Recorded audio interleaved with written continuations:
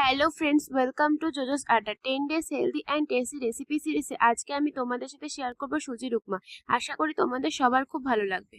আর এই রান্নাটা ঝুরঝুরে করার জন্য সুজি আর জলের পরিমাণটা ঠিকঠাক নেওয়া একান্ত প্রয়োজন। তার জন্য দেখো আমি 1 কাপ সুজির জন্য 2 কাপ জল মেপে রেখেছি। অন্যদিকে সুজিগুলোকে কড়াইয়ে ভালো করে নেড়ে ভেজে লাল লাল করে নামিয়ে রেখেছি। এবার কড়াইয়ে আমি সর্ষে ফোড়ন দিয়েছি, তোমাদের কাছে কারি পাতা অ্যাভেলেবেল থাকলে দিতে পারো। আর কড়াইয়ে কিছু কুচি কুচি করে আলু, টমেটো অ্যান্ড বাদাম ভালো করে লবণ সহযোগে ভেজে নিয়েছি। আর সামান্য দিয়েছি হলুদ। যদিও এই সকল রান্নায় হলুদ চলে না, কিন্তু আমরা বাঙালি, আমাদের সব রান্নাতে একটু হলুদ লাগে। তারপরে ভেজে রাখা সুজিটা আমি এখানে অ্যাড করেছি, দিয়ে ভালো করে নাড়িয়ে নিয়েছি লাল লাল হওয়া পর্যন্ত। আর সামান্য চিনি অ্যাড করেছি, রান্নাটা একটু মিষ্টি মিষ্টি হবে। চিনিটা গলে গেলে আগে থেকে মেপে রাখা জলটা আমি অ্যাড করেছি। জলটা শুকিয়ে গেলে তোমরাই দেখতে পাচ্ছ বিষয়টা কত ঝরঝরে অ্যান্ড টেস্টি হয়েছে। খেতেও খুব ভালো হয়েছিল। তোমরা বাড়িতে অবশ্যই ট্রাই করো। আজ অবধি রাধে রাধে।